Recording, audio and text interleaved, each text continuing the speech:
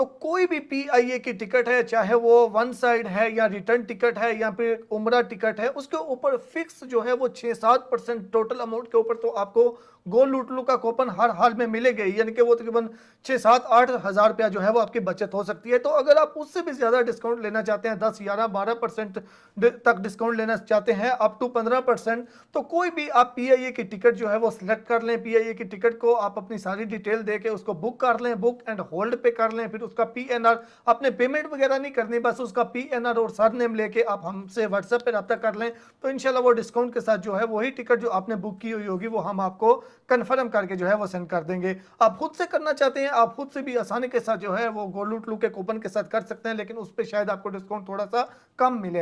अस्सलाम वालेकुम वरहमतुल्लाह, आप सब कैसे हैं? उम्मीद करता हूं कि अल्लाह के फजल करम से आप बिल्कुल हैरियत से होंगे। अगर आपने पीआईए की टिकट बुक कर ली है, अब आप उसको चेंज करना चाहते हैं, फ्लाइट चेंज करना चाहते हैं, डेट चेंज करना चाहते हैं, तो वो आप ऑनलाइन कैसे करेंगे?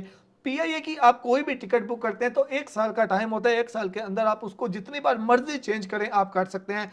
एक बार करें, 2 बार करें, 3 बार करें, लेकिन शर्त यह है कि मिसाल के तौर पे आज के दिन में मैं कोई टिकट लेता हूं, उसकी कीमत है 50,000, 10 दिन बाद मैं उसकी डेट चेंज करना चाहता हूं, लेकिन मैं अभी जिस डेट की टिकट लेना चाहता हूं उसकी कीमत जो है वो उससे 10,000 महंगी है, यानी कि वो 60,000 है। पहले जो मैंने बुक की वो 50,000 थी, तो अब वो जो बीच वाला डिफरेंट है 50 से 60,000 के बीच में, यानी कि 10,000 का, वो मुझे पे करने पड़ेंगे, यानी कि वो बीच वाली अमाउंट जो है वो आपको पे करनी पड़ती है।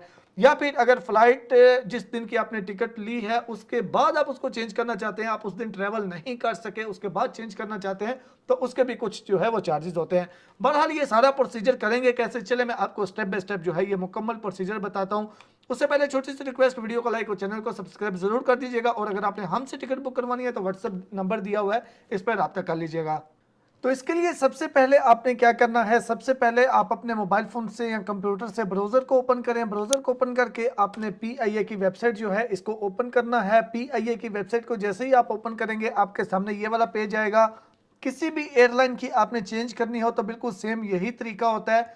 तो यहाँ पे देखिए आपको लिखा हुआ मिलेगा माई बुकिंग, कोई भी एयरलाइन है उसके ऊपर, एयरलाइन की वेबसाइट के ऊपर आपको माई बुकिंग लिखा हुआ मिलेगा। माई बुकिंग के ऊपर आपने क्लिक करना है। जब आप उसके ऊपर क्लिक करेंगे तो यहाँ पे 2 ऑप्शन आएंगे। एक में वो आपको बोलेगा कि एंटर पीएनआर, यानी कि जो टिकट का पीएनआर है वो लिखें। तो सबसे पहले आपने टिकट का पीएनआर लिखना है।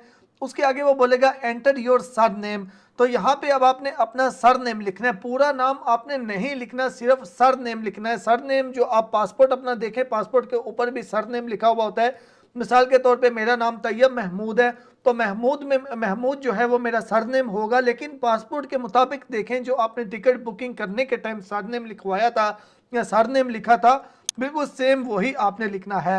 वो लिखने के बाद आगे लिखा हुआ है माई बुकिंग। माई बुकिंग के ऊपर आपने क्लिक करना है। माई बुकिंग के ऊपर क्लिक करेंगे तो आपने जो ईमेल एड्रेस दिया था टिकट बुकिंग करने के टाइम, आपको उस ईमेल एड्रेस के ऊपर एक वन टाइम कोड जो है 4 डिजिट कोड सेंड किया जाएगा। अब आप वेट करें उस कोड का, जैसे ही वो कोड आएगा वो यहाँ पे आपने लिखना है।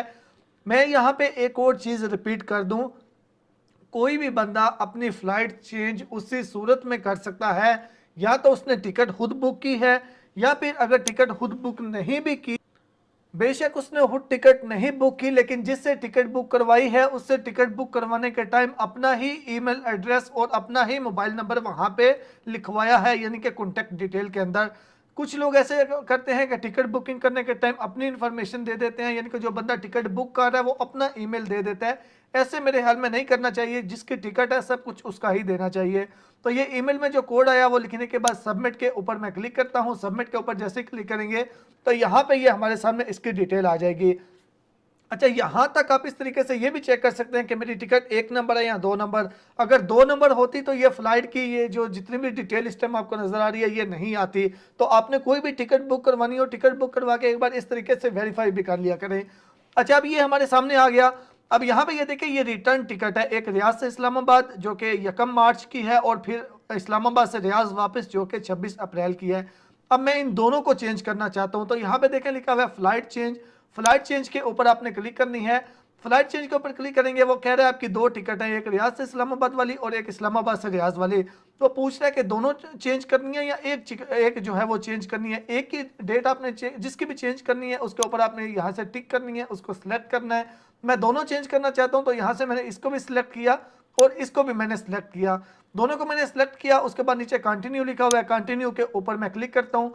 कंटिन्यू के ऊपर क्लिक करूंगा, अब वो कह रहा है कि चूज न्यू डेट्स, वो कह रहा है कि आपने जो नई डेट्स की टिकट बुक करनी है वो करें। अगर आपने एक टिकट करनी है तो जाहिर सी बात है यहाँ पे वो एक डेट की पूछेगा। आप मेरी रिटर्न टिकट है, दोनों डेट, दोनों फ्लाइट की जो है टिकट है वो चेंज करना चाहता हूँ।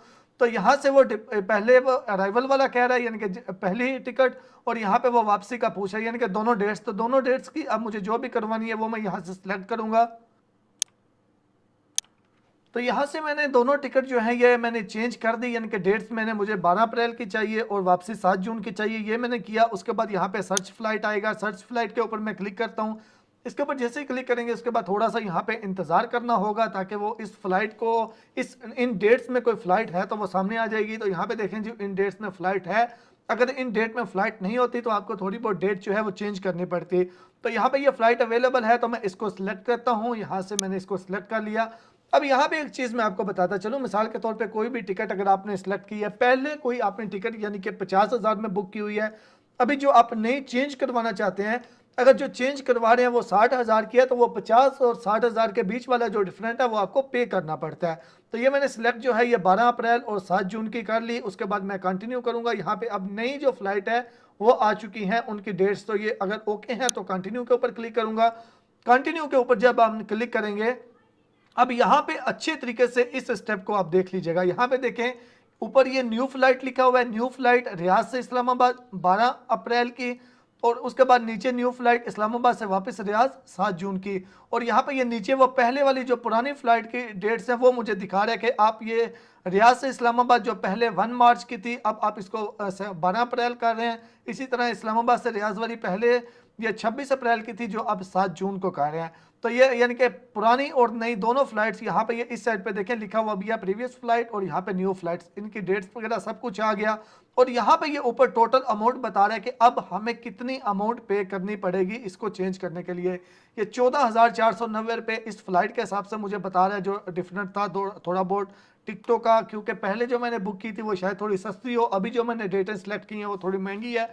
तो वो जितना भी डिफरेंट है वो यहाँ पे आ गया। अब ये अमाउंट मुझे पे करनी पड़ेगी। नीचे कंटिन्यू लिखा हुआ है, कंटिन्यू के ऊपर क्लिक करेंगे, वो कन्फर्म कर रहा है कि आप चेंज करना चाहते हैं। तो मैं बिल्कुल करना चाहता हूँ, मैं इसको यस करूँगा। जैसे ही मैं इसको यस करूँगा अब थोड़ा सा यहाँ पे इंतज़ार करते हैं।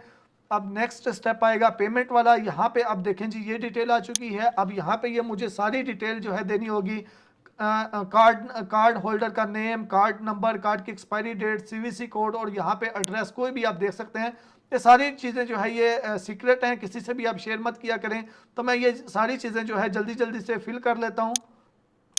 तो ये सब कुछ लिखने के बाद ये टर्म्स एंड कंडीशंस है, इन दोनों को आपने मार्क करना है, यानी कि सिलेक्ट करना है। उसके बाद पे मेक पेमेंट के ऊपर आपने क्लिक करनी है। पे मेक पेमेंट के ऊपर आप क्लिक करेंगे, उसके बाद थोड़ा सा यहाँ पे इंतजार करेंगे। जिस कार्ड का इन्फॉर्मेशन आपने दी है, जाहिर सी बात है उनकी जानब से वेरिफिकेशन के लिए आपको कोड आएगा। तो जो भी कोड आएगा वो यहाँ पे अब आपने लिखना होगा। तो यहाँ पे जो भी मुझे कोड आया वो लिखा, सबमिट के ऊपर मैं क्लिक करूँगा, यानी कि ये हमारी पेमेंट जो है ये हो जाएगी। जैसे ही हमारी ये पेमेंट होगी तो ये हमारी फ़्लाइट जो है ये चेंज हो जाएगी, यानी कि टिकट की डेट्स जो है ये चेंज हो जाएंगे। अब यहाँ पे एक और भी चीज़ बताना चाहता हूँ कि आप सिटी जो है वो ऑनलाइन इस तरीके से चेंज नहीं कर सकते, यानी कि एयरपोर्ट चेंज नहीं कर सकते। यहाँ पे देखें जी फ्लाइट चेंज सक्सेस, हमारी फ्लाइट जो है ये चेंज हो चुकी है। नई जो है अब न्यू फ्लाइट की डिटेल हमारे पास यहाँ पे आ चुकी है। अब यहाँ पे बात करने का मकसद ये है कि आपने लाहौर से इस्लामाबाद की टिकट बुक की हुई है, अब डेट आप चेंज करना चाहते हैं तो आप लाहौर से इस्लामाबाद की ही डेट चेंज कर सकते हैं। ये नहीं आप कर सकते कि आप लाहौर से कराची करना चाहें, वो ऑनलाइन नहीं होगी, उसके लिए आपको लाजमी PIA के ऑफिस में ही जाना पड़ेगा। ये तरीका था, इस तरीके से आप ऑनलाइन चेंज कर सकते हैं। उम्मीद करता हूँ ये इन्फॉर्मेशन आपको अच्छी लगी होगी। लाइक और सब्सक्राइब कर दीजिएगा। मिलते हैं एक नई वीडियो के साथ। अल्लाह हाफिज़।